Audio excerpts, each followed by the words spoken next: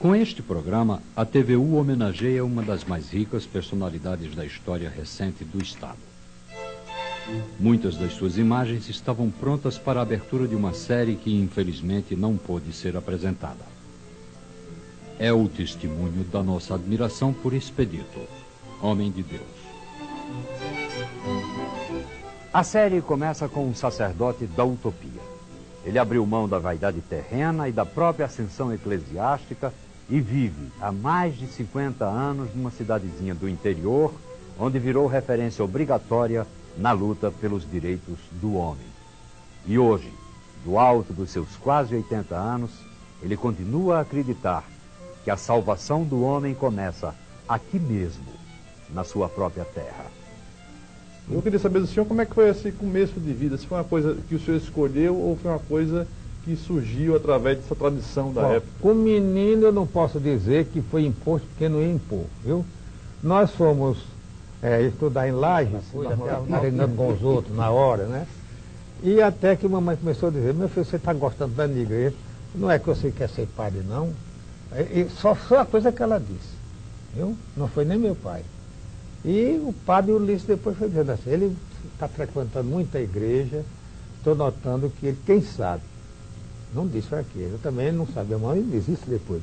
Voltamos para o sertão depois de 5 anos, quando uma madrinha minha, rica, que morava aqui em Natal, e tia, já sabendo disso, fez uma carta lá para o sertão, para meu pai, essa carta eu vi, né? E ela dizia que estava falando com o senhor Mata para ver se era possível a minha entrada no seminário naquela idade. Eles já estavam tramando tudo sem saber, né? Aí ele leu a carta e disse, olha, você está sendo convidado para ir para o seminário, para ser padre. Mas não diga agora não, deixa para dizer amanhã. Está responsabilizando, né? Mas os olhares de minha mãe em cima de mim, isso na hora do café, dizia tudo, né? Não tirou os olhos de cima de mim. Aí eu sustentei o batente. Eu vou, não vou e tal. Foi no outro dia no café, disse, como é a resposta? Eu disse, eu vou.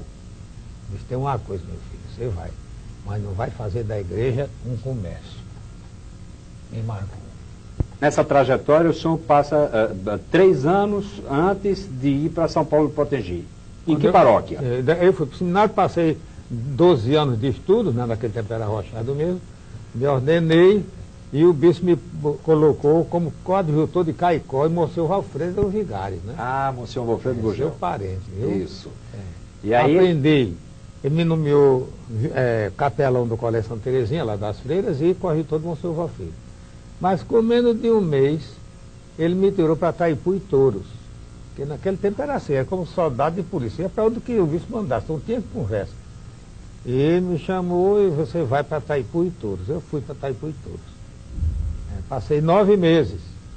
Depois daqueles 9 meses, depois do retiro aqui, em Natal, ele me chama e disse, você agora vai para Jardim do Siridó. E os outros padres, os mais velhos, disseram assim, vá, é uma paróquia boa. Paróquia boa, você sabe o que é, né? É uma paróquia rica. É rica, né? E que tem um povo já disciplinado, essa coisa antiga. Isso. Paróquia boa era desse sentido, as duas coisas, né? E era mesmo, eu me dei também, ainda que eu tenho saudade de lá. Ainda guardo 2 fotografias da cidade que me deram, né? E o sistema era aquele, né? O chefe político veio logo me apanhar, essa coisa e tal, você não podia sair do esquema. O bispo tinha me dito, né? Do Marco Lima, você vai, tem as autoridades do lugar, o juiz, o prefeito, o delegado, e você também é uma autoridade. Opa. Quer dizer, eu não podia brigar com esse povo. Era isso que ele queria dizer e nada mais, né? 9 meses lá, em Jardim do Siridó, e veio a criação da diocese de Caicó, e Jardim do Siridó fazia parte da diocese de Caicó no projeto e na aprovação da bula de criação, dizia que os padres que estavam nas paróquias do Siridó e que assinassem a ata da instalação da diocese estavam imediatamente encardinados, não podiam mais sair, os que assinassem. Aí eu tinha ido para Jardim, o bispo daqui de Natal queria que eu voltasse, né? Que eu não ficava lá. Aí os outros colegas começaram a dizer, não, você assine, você não está bem aqui. Estou muito bem. Assine, homem, isso depois se resolve. E eu assinei, quer dizer, canonicamente eu fazia parte da Diocese de Caicó. Certo. Porque eu assinei a ata, né? Quando Dom Delgado chegou com o primeiro bispo que viu, eu estava em São Rafael, o bispo tinha me voltado para São Rafael. Você volta porque você é de Caicó. Eu não posso, agora eu vou brigar com o meu bispo, ele fez que me ordenou e tal. Então, ele aceitou e ficou por isso. Ele terminou dizendo, você é um frouxo. Conta aí a história do caixeiro viajante, do clero. Quando ele me chamou de Jardim de Seretório para São Rafael, eu argumentei. Seu bispo, o senhor me disse que agora eu ia ficar mais tempo nas paróquias, que eu estou me dando muito bem lá e tal. E ele contra-atacava, mas São Rafael é sua terra. Ele sabia de tudo, viu? Você se crismou lá, não sei o que lá e tal. Eu digo, mas você não conhece São Rafael. São Rafael é um lugarzinho desse tamanhinho. Eu não sei como aquilo é paróquia, mas foi criado há muito tempo. E tal. E começou a... Eu disse, do jeito que estão fazendo comigo, não disse que era do jeito que estão fazendo comigo, eu já sou caixeiro viajando do clero, não paro para lá. Era a história do caixeiro viajando, né? Eu ia com a minha maleta de roupa e um caixão cheio de livros. Já tudo preparado, na hora que ele quisesse, ia um instante. Que livros eram esses? Além dos eclesiásticos, naturalmente. Então, eu gostava muito de história, né? História do Brasil, história geral, tudo. Isso me ajudou muito. Por isso que se diz que a história é mestra da vida. Se eu não tivesse lido a história, até onde a gente podia ler, mesmo de conhecimento da antiga Idade Média e tudo, eu tinha me atolado. Só de brincadeira. Desígnio dos céus e história comporiam a personalidade deste homem que já trazia no próprio nome de batismo um símbolo, pois expedito significa o que age prontamente. E foi sempre assim na vida daquele que, nascido no dia da Santa da Visão, 13 de dezembro, não olhava simplesmente. Enxergava longe. Um longe que poderia estar ali pertinho, na cidade que ele elegeu como sua, São Paulo do Potengi. O que mais ajudou a gente ver na cidade a organizar o trabalhador foi o problema das secas. Porque o homem, o chamado caçaco, assim se chamava com aquele estado na seca, né? Era um miserável, coitado, que estava ali para não morrer de fome em casa. Né? Nem o que ele ganha era justo. Era pago através de vales impressos, né? Eu me lembro bem de 2 cruzeiros, né? Uma diária naquele tempo. Para você descontar aquilo no sábado, num barracão qualquer, de algum afilhado político que no fim de uma seca estava milionário. E aquele vigário movido a ideal começou a contrariar os poderosos, pois não aceitava que nas festas religiosas a ostentação se sobrepusesse à fé.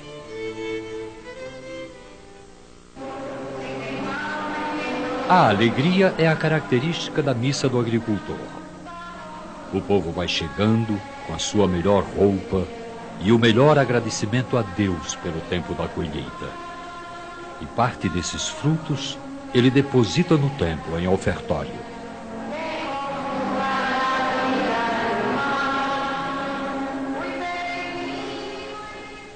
O que é que significa a missa do agricultor para o povo dessa região, de São Paulo, Potengi e dos arredores, e também quando é que ela foi criada? Ela começou em 1972, no estilo que vocês viram hoje. Antes, quando a Jaco funcionava, fazia-se um ofertório todos os anos, mais ou menos nesse estilo que se viu aí, mas era uma festa, mais festa, muita alegria, e não havia esse cunho de politização ou de educação popular que hoje se faz. Naquela época, eu acho que você se lembra disso, Gonzaga, havia a missa do agricultor, com o ofertório, coisas da terra, mas era tudo junto, né? Onde se sobressaía mais o fazendeiro, o proprietário, passeata, por exemplo, de tratores, né? Desfile de tratores, essa coisa.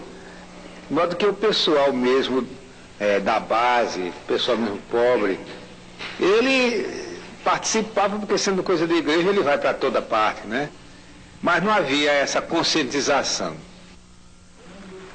Ao comemorar 50 anos de vida sacerdotal, Expedito renovou os seus votos. Com a maciça presença dos irmãos religiosos e dos fiéis da sua igreja, ele reafirmou o compromisso com a sua própria crença na defesa dos filhos de Deus. Renovo neste instante minhas ações de graças pela minha eleição. Renovo igualmente meus compromissos sacerdotais com Cristo, com a Igreja, minha mãe, e com todos os meus irmãos, para os quais fui enviado. Quero me identificar-nos mais estreitamente ao Senhor Jesus, meu mestre e meu modelo, renunciando a mim mesmo para consagrar-me totalmente aos deveres da minha vocação. Prometo mais uma vez fidelidade na distribuição do pão da palavra e dos sacramentos. Ajudai-me, Senhor, a ser fiel administrador dos vossos mistérios, não visando bens materiais e promoção pessoal, mas unicamente a vossa glória e o bem das almas. A vós, meu Deus, entrego minha vida e meu sofrimento, meus êxitos e meus fracassos. Ajudem-me a graça de Cristo, a proteção da Virgem Maria, Mãe da Igreja, as preces de meus irmãos ao sacerdócio e as orações de todo o povo de Deus.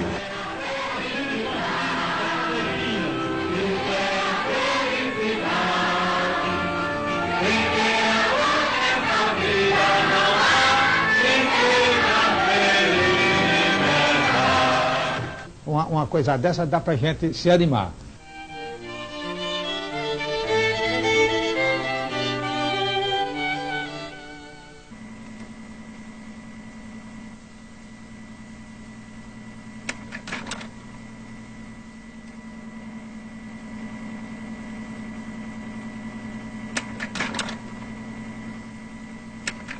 O Monsenhor Expedito faz parte da estirpe, do conjunto de personagens que vivenciaram plenamente esse século a partir dos anos 40.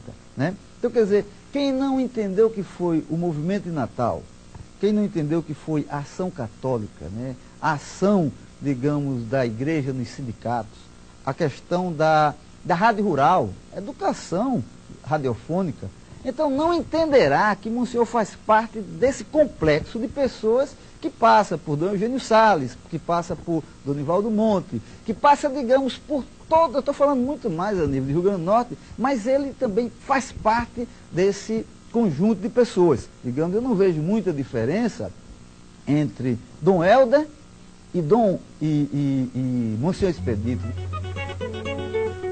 Sempre atento à sua missão de evangelizador, ele usou com competência as mais variadas formas de comunicação. Sabia que o efeito multiplicador seria, como foi, extraordinário. E após as escolas radiofônicas, passou a se utilizar do bibliógrafo e do audiovisual, com larga utilização do slide, que o povo chamava carinhosamente de o cineminha do padre. A partir de um determinado ponto da sua vida eclesiástica, o senhor fica, digamos assim, marcado na expressão cristã mesmo, marcado, eu fiquei. Por uma atuação decisivamente, decididamente voltada para o pobre. Não é? Exatamente. Esse é um assunto do qual a gente vai conversar longamente durante esse papo, etc. O senhor é capaz de lembrar, em São Paulo do Potengi, que momento essa opção se dá mais fortemente? Quer dizer, perfeitamente.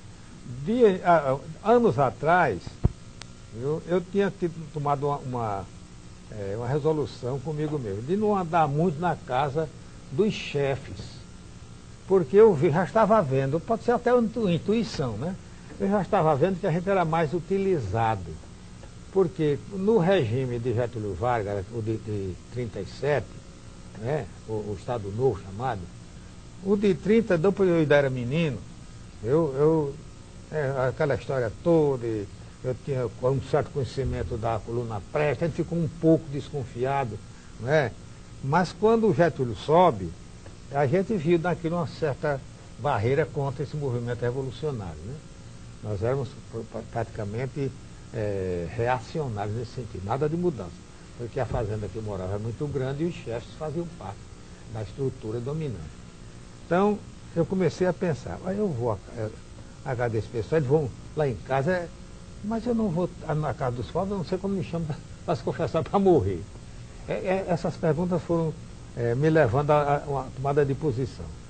Em 41, mais ou menos 41, 42, eu estava curando a paróquia de Jucurutu, porque se limita com São Rafael. Os bispos combinaram, os dois, né? Dom Delgado e Dom Marculino, já que eu não ia ficar no Seridó, eu ficasse tomando conta de Jucurutu, que era da diocese de Caicó. Então eu ficava lá e cá, né? Aí chegou um dia o prefeito, já morreu, eu vou respeitar o nome dele, não digo não, e me convidou para inaugurar o retrato de Getúlio Vargas. Olha quem retrato dele. Mas rapaz, olha, aí mostrou a carta, né? O ofício vinha do Ministério do Sei lá do Rio de Janeiro, todas as prefeituras tinham que inaugurar o retrato de Getúlio Vargas.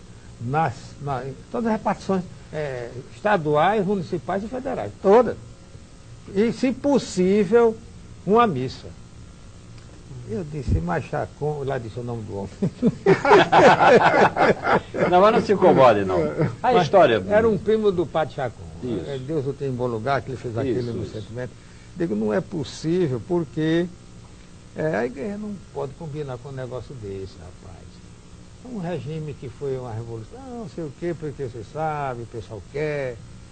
E eu celebrei a missa, agora eu não sei como foi que eu interpretei o evangelho, e no fim deu certo e tal, bateram o pau, mas eu fui aos poucos me distanciando.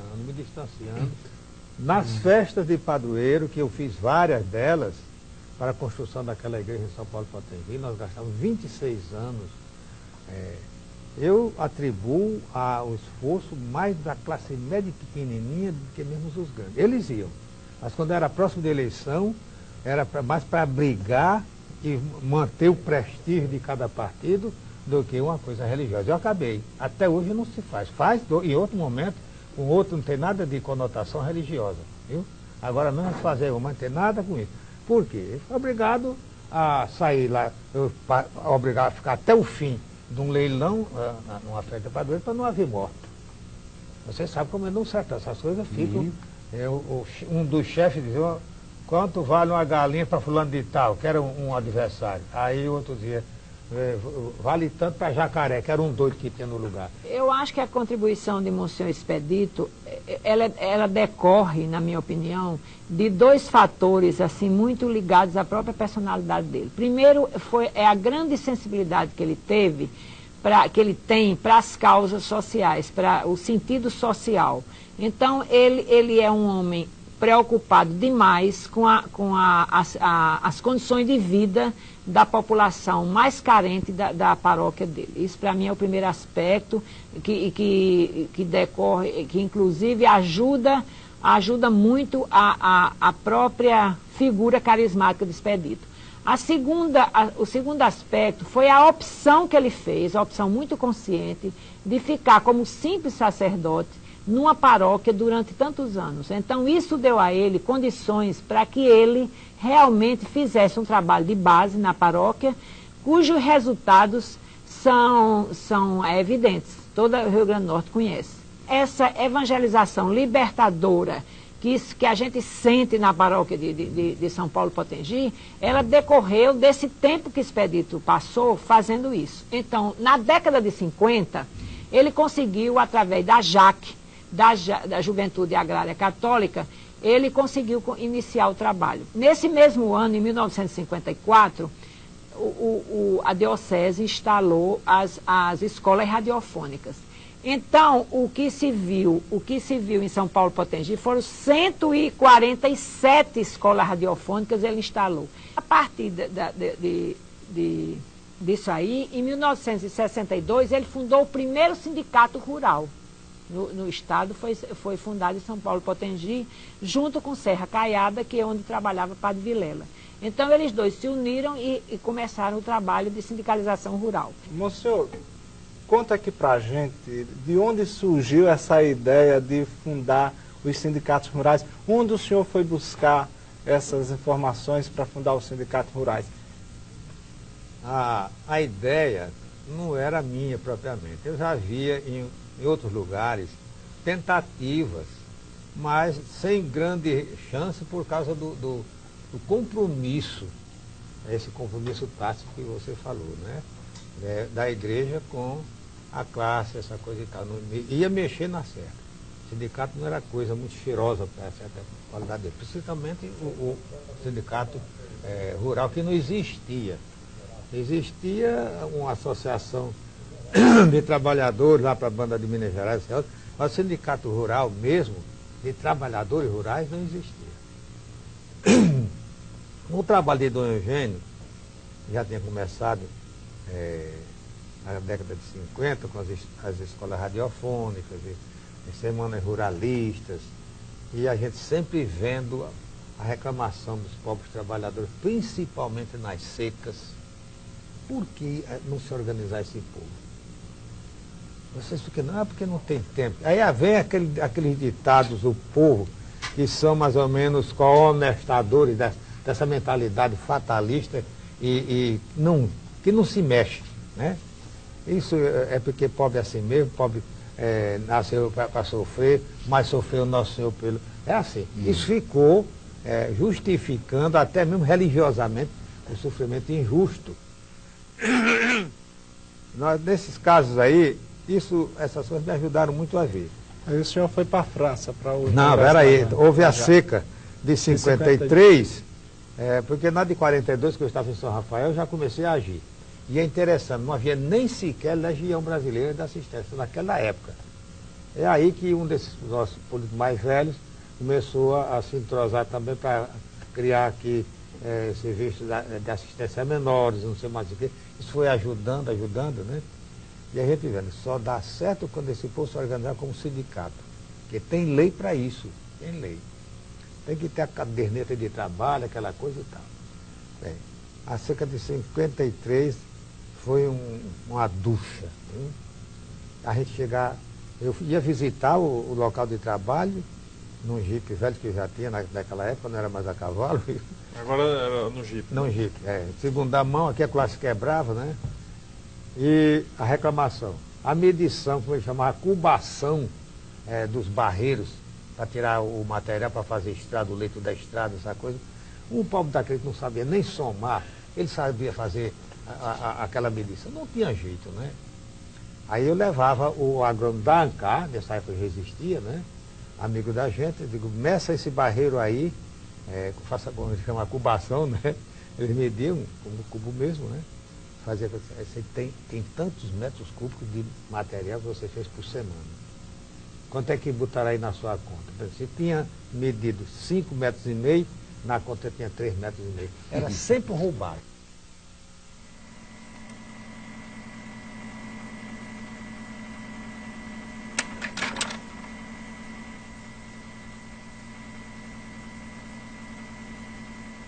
Eu nasci bem pertinho aqui dessa enorme barragem. Fui vigário aqui, de Jucurutu até perto de Alto Rodrigo, andando a cavalo de um lado e de outro do rio, conheci isso aqui com uma palma de minha mão. Seu sofrimento do povo, desde menino, vocês já viram cacimba chorando? É a imitação do povo em tempo de seca. O que é que consta esse projeto? Uma adutora para todas as cidades que não tem água, que tem dificuldade de água potável, né? E deixar de lado o carro-pipa, que é um sumidouro do dinheiro público. Lutando pela chegada das águas para as regiões mais secas, sua última luta, ele era tão veemente que chegava a lembrar por vezes os rancorosos patriarcas do Velho Testamento. E não importava que a plateia fosse constituída de poderosos. O povo começou a se interessar, todo mundo se envolveu, e a primeira coisa que eu pedi na primeira reunião, que foi em Santa Cruz do Inharé, com muita gente, e diga-se de passagem, a imprensa falar de escrita legislada foi muito legal, não cobrou um tostão da propaganda que fez, e chegamos lá no dia dessa reunião, estavam 3 ex-governadores, os senadores, 15 deputados estaduais, 3 federais e prefeito de toda a qualidade. Tinha lá, vereador deu no meio da canela e ia virando um comício. Aí eu me levantei, pedi que tivessem paciência, que ali era uma reunião promovida pela igreja, naquele espaço que era da igreja, que era o salão paroquial, e que eles ao menos observassem isso, não jogassem pé de ninguém, senão nós acabaríamos com a reunião. E naquela reunião, era na Quaresma, viu? Naquela reunião ninguém ia beber água para saber o que é que o povo de Santa Cruz estava passando. Não se deu uma xícara d'água a ninguém. Terminou a 1h da tarde. Eu vi gente lá, senador suave, era só passando a mão assim, com sede, mas não bebeu. O que realmente alimentava o Monsenhor Expedito, a sua alma, a sua vida, era a luta pela água. Eu me lembro que quando ele convidou os políticos para participar das reuniões, para que tivéssemos esse plano de adutoras que está sendo executado, esse programa que está sendo executado, que já beneficia 600 mil pessoas, que já representa 800 quilômetros de tubulação. Eu me lembro que ele levou os políticos para um salão. O primeiro encontro, se eu não me engano, foi em Santa Cruz, e ele disse o seguinte: olha, não serve água para esse povo não, principalmente água mineral, que é bom mesmo que esse pessoal veja o que é sentir a sede. E isso ele fazia com uma naturalidade imensa. Depois dele dizer isso, ele dava uma gostosa gargalhada, porque ele era assim, ele era um homem espontâneo, muito jovial. E daí a mensagem que ele levou ter alcançado tanto êxito, tanto sucesso. Se Deus quiser, nós vamos completar o Rio Grande do Norte todinho. Depende da compreensão não só dos políticos, mas de todos os cidadãos. Isso não é algo que se faz com 2 ou 3, não. É a consciência de todos os cidadãos do Rio Grande do Norte. É um problema vital. Alguém um dia me perguntou: que povo tão falado é esse? Eu respondi que é o povo das feiras, o povo das procissões e romarias, o povo que enche nossas igrejas, o povo de Deus. O povo que é discriminado por ser pobre, negro ou índio, mas que é possuidor de um potencial invejável e percebe as coisas de Deus.